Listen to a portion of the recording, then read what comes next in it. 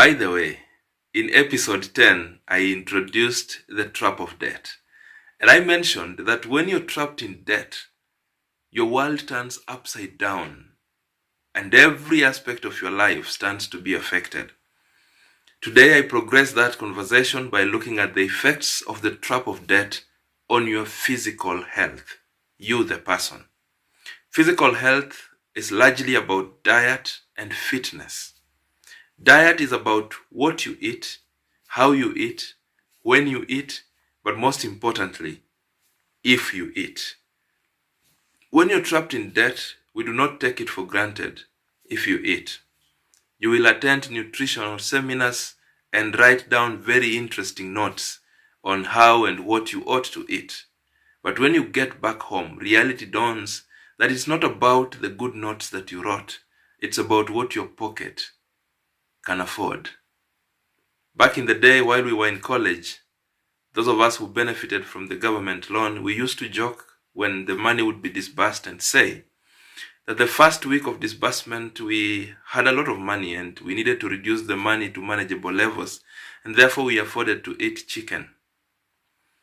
The second week we still had some little money, but the money had been reduced, and so we afforded to eat chicken products. Chicken is good, and therefore we just wanted to maintain a relationship with chicken. But on the third week, things are a bit thick now, but we still need a relationship with chicken. And so we began to eat like chicken.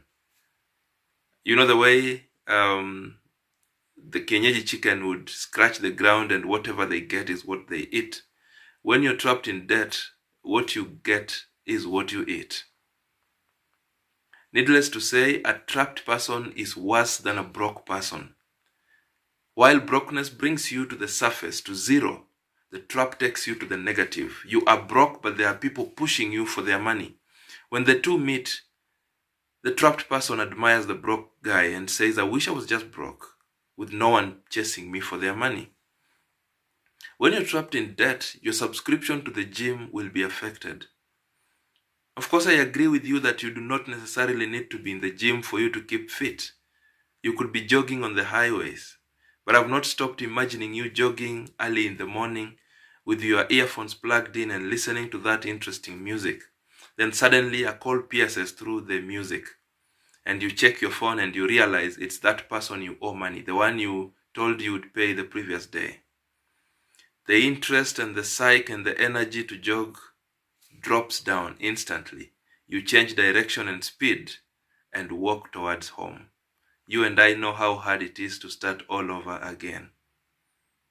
Be cautious because your health is at stake when you're trapped in debt. In the next episode, I'll open your world to how the trap of debt stands to affect your mental health. You can do better. Remember to subscribe, and this is By the Way.